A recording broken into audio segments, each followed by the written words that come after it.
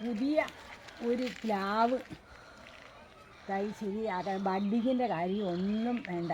ഇതിൻ്റെ നാമ്പ് എടുത്തിട്ട് അത് കുപ്പിക്കകത്ത് വെള്ളം നിറച്ച് വെച്ച് കഴിയുമ്പം ഇതിന് വേരോടി കഴിയുമ്പോൾ എടുത്ത് വെച്ചാൽ മതി. ഇതിന് 350 രൂപ കൊടുത്ത് വാങ്ങിച്ചതാണ്.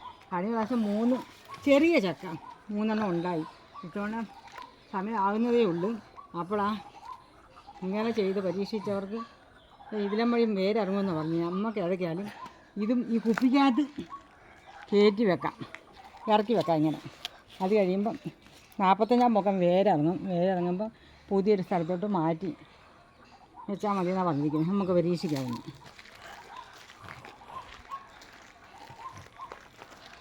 ഇവിടെ തന്നെ ഇരിക്കട്ടെ. ഇതൊരു പ്ലാവായിരുന്നേ, കേടായിരുന്നുകൊണ്ട് വെട്ടിക്കളഞ്ഞത്.